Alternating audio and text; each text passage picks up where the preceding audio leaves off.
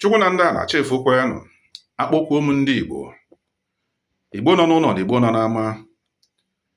Asị m unu etetego, ọkwanụ Chiafọ ka anyị nọ n'ime ya.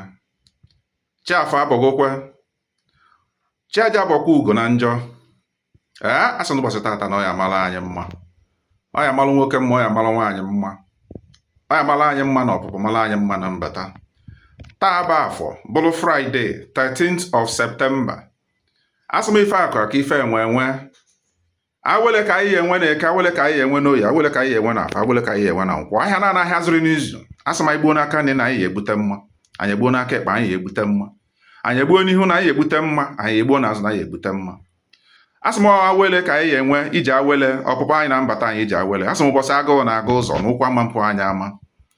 Ọbịa ga-egbu anyị ga-egbu onwe ya, onye na-ejela anya aja ije ya atọ n'ije. Ọ bụ nwoke ọ bụ nwaanyị nke si n'ife anyị na-eme ama nga aga. Sị m na oyi eji aja na wee zee mmiri. Ka anyị na-ejiro nke nwoke, ka anyị na-ejiro nke nwaanyị, onye jide nke anyị.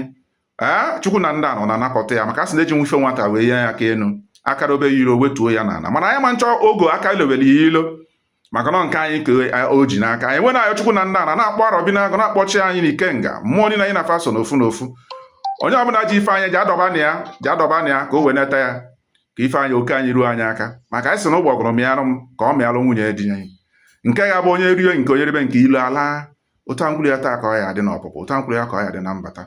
Asị m ife ọbụla bụ ife anyị tinyere aka na ebe anyị na-azụ afịa, kọstọmas ga-abịa ebe anyị na-alụ ọrụ, kọstọmas ga-abịa, ego ya abịa. Ka a sị na Naijiria ajọka njọ na ọ bụrụ na isi ụmụ Igbo niile. Igbo ọbụla bụ ebe ịnụ egwu atụ n'aka maka nwa agụ adị eji iji ifele, nwa agụ a na-ahatọkwanụ na mba. Adị eji nwa dibịa elekwa ọgwụ, ụtọ nkwulu ya ka ọ na-adị maka adị eji nwa agụ achụ aja. Ekwuru m ya na oke ya dịkwa ire, ekwuru m ya na oye ya dịkwa ire, ekwuru m ya na afọ ya dịkwa ire, ekwuru m ya na nkwọ ya dịkwa ire. Agara ofu bụ ego oyibo. Asị m ife dị anyị mma dịkwa chi anyị mma, dịkwa ezumezu anyị na mma maka na onye sọrọ ọhịa ya atakwa n'ọka. Ọ bịa ọ chọrọ onye na-achọ nke ya eme anyị. Asị m ọdachi akọkwana ya, ụta nkwulu ya ka ọ ya dị Chukwunanda na site wee ruo mgbe ebighị ebi. Ise ya gazie.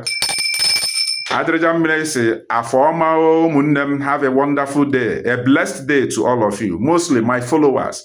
You that is listening to me, you that is hearing my voice and watching this video, may you have a wonderful day. Ise ya gazie logo. Daalụnụ.